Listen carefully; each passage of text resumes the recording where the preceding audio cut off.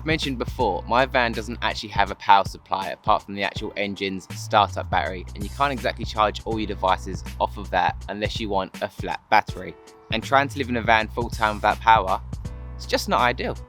Because I work in an office, I would normally take this in and secretly charge it under my desk. That's how I keep this thing fully charged all the time. However, I really wanted to do a proper field test, so I headed up to the Peak District, not Yorkshire, as some of you pointed out in the comments. Hey, I don't know the UK that well, I've never really travelled around it, so it's pretty good that I'm in the van now and I'm learning all these things, but thank you for pointing that out. It will save me from embarrassment next time. But I really wanted to give this a proper field test, so while I was up there, the only thing I would use is this to charge all my devices. So that would be camera, that would be GoPros, that would be my phone, my laptop, anything that I needed. And I wanted to see how well this thing actually done for a week.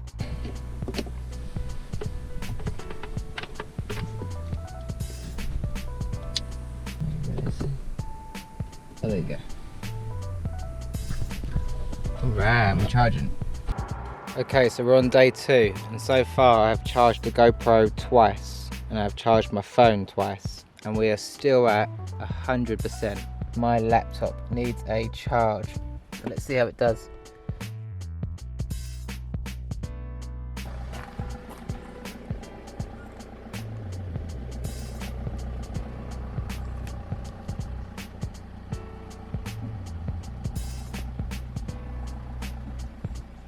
GoPro needs another charge. Let's see where we're at. Oh, we've got 3 bars left. Some people did actually ask me how I got on with this power station whilst I was away, so I thought I'd do a little video just talking about that.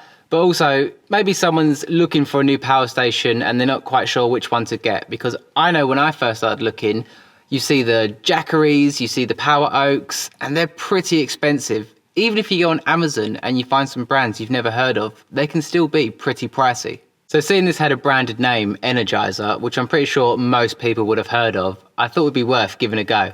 So the power station itself has most of the ports you'd need, from USB to an AC outlet on the back, which was pretty handy because this meant I could charge my laptop whilst I was out on the road.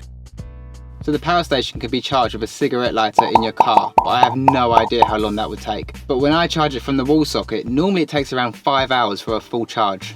It can be charged with solar, but seeing that we're in the UK, this might not always be the best option. I will be giving it a go because I was donated a solar panel from my good friend, Mr. Socks. If I can wire this up. So I kept a little tally chart of everything that I charged and how many times I charged it. So I charged the laptop twice. Now that would be down to about 5%, and then I gave it a full charge. So that's 2 times for the laptop. My phone, I charged 7 times. Again, I would probably drain my phone down to about 15% and then give it a full charge. Now things like cameras, they run out the quickest because obviously when you're out and about filming, they drain pretty quick. So my GoPro, I had to charge 11 times.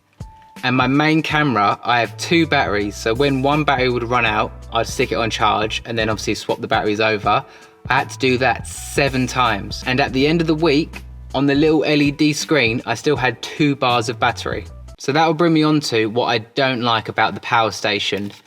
It doesn't show you the battery in percentage, it just does it in these little bars. If you was to get to 1 bar, you don't really know how much that is. Is it 20% or 2%? So you don't know how much time you have left. You could be using it and it just cuts off abruptly. So it would be nice if you just had a percentage there. That's my one thing I'd say I don't like about it. That, and maybe the weight's a little heavy. I know batteries are heavy, obviously leisure batteries are heavy, but this thing's pretty small, and I'd say it weighs about 7 to 6 kilos, so it's a bit heavy for what it is. Especially if you want to put it in your rucksack and you go out camping or hiking for the day.